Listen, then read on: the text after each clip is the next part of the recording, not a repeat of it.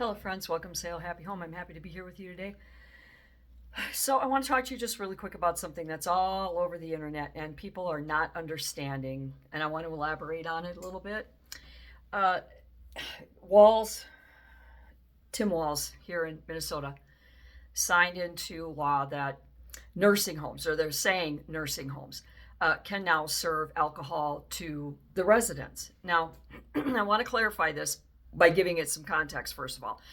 Back in the 80s and the 90s, my parents were co-directors of a very, very large independent and a senior living an assisted living facility here in the Twin Cities. Now, there are many different levels. There's independent senior living, which is literally apartment complexes that are designed for older folks, retired folks to live. They have, social community and activities and all kinds of things. And it's just to, prevent isolation and keep you from having to mow the lawn and shovel the snow. And they're full on complexes, excuse me, luxury apartments, condos, that kind of thing. There are also assisted living, which is just like the senior independent living, only you're living independently in your own apartment or condo, but you have intermittent assistance with meals, possibly meal delivery or grocery shoppers who do that for you. You have assistance with medications.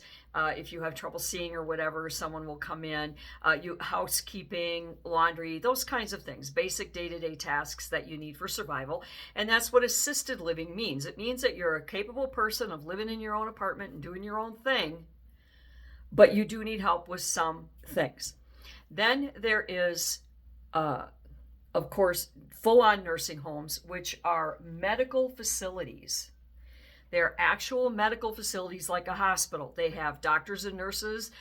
They are set up like hospitals. They perform medical care and treatments to individuals who are too old and frail to do anything for themselves, people that are in comas, that are paralyzed, that are incapacitated.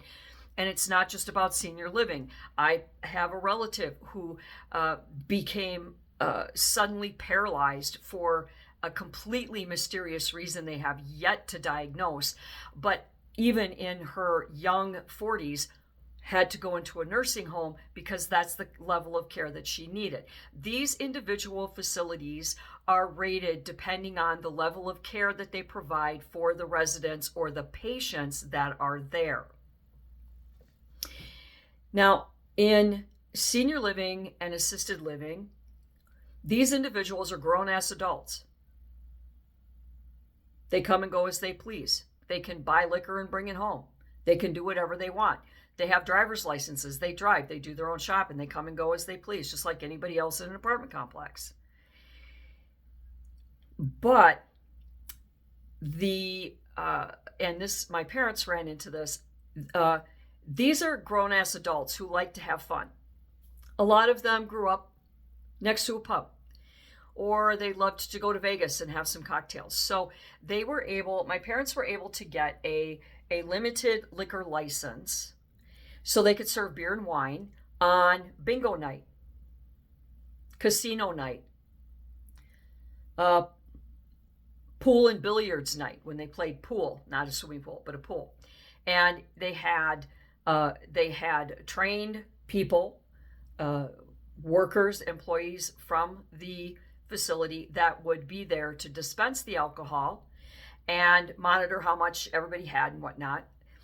And then it was locked away, and that was it. It was for special occasions. This law that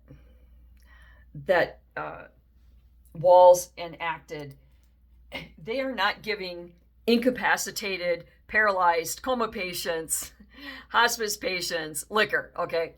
That's not what's happening. They're not going into the full-on nursing home facilities and pumping people full of tequila, okay?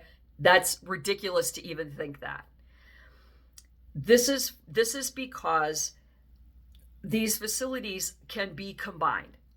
Now, my parents, they were co-directors of a facility that was assisted senior living, assisted living, and independent senior living.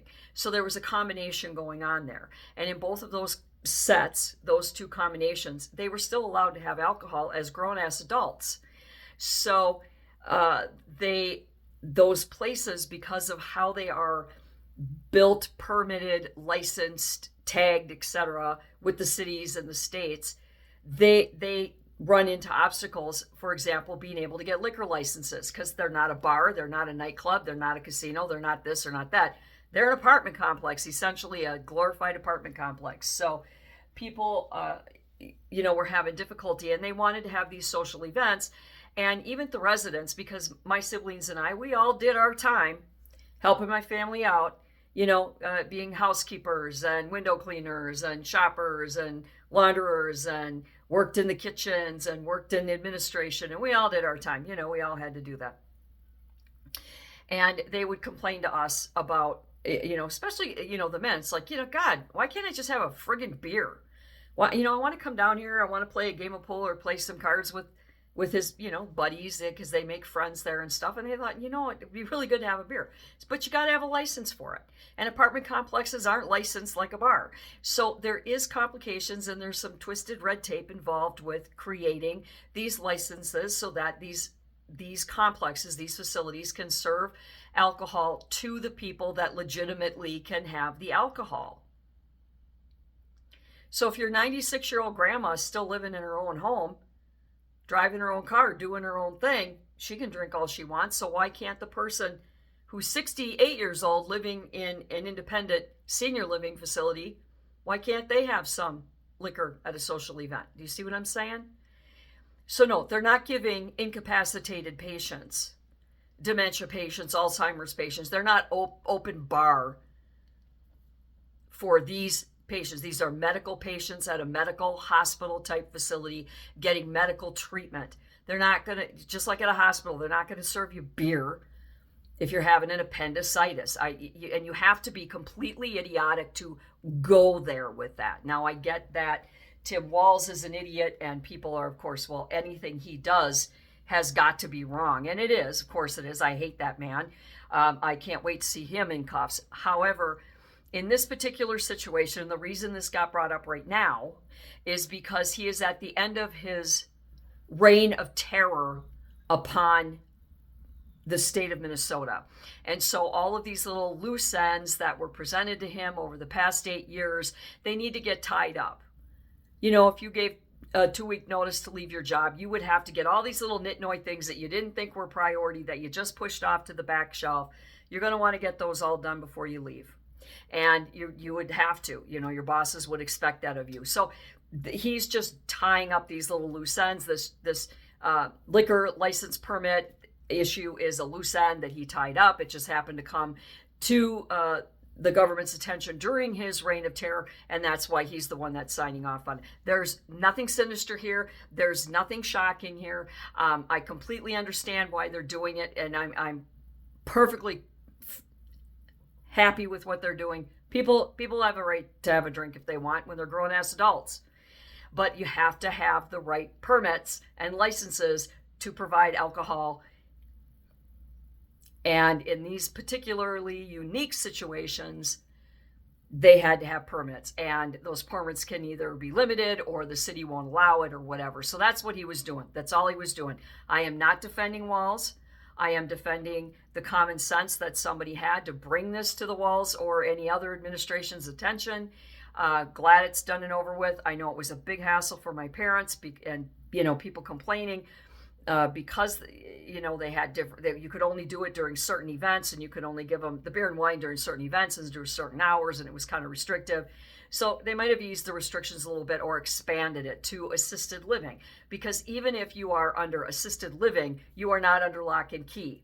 You are not a prisoner. You are living in an apartment that you pay extra for because they provide extra services such as housekeepers, launderers, errand runners, maybe a home health nurse to come in. It's all part of the package, so you pay more for that. And now they're going to be able to have a beer or a glass of wine while they're downstairs playing canasta or, shooting a game of pool with their buddies. And I think it's a good idea, and I'm glad. At least he's done something right. one thing right in his 8 years reign of terror. So that's what that's about. Nobody's giving coma patients margaritas, okay? Not happening. Not even realistic for anybody to even think that foolishness would be happening. And until next time, do good and be good.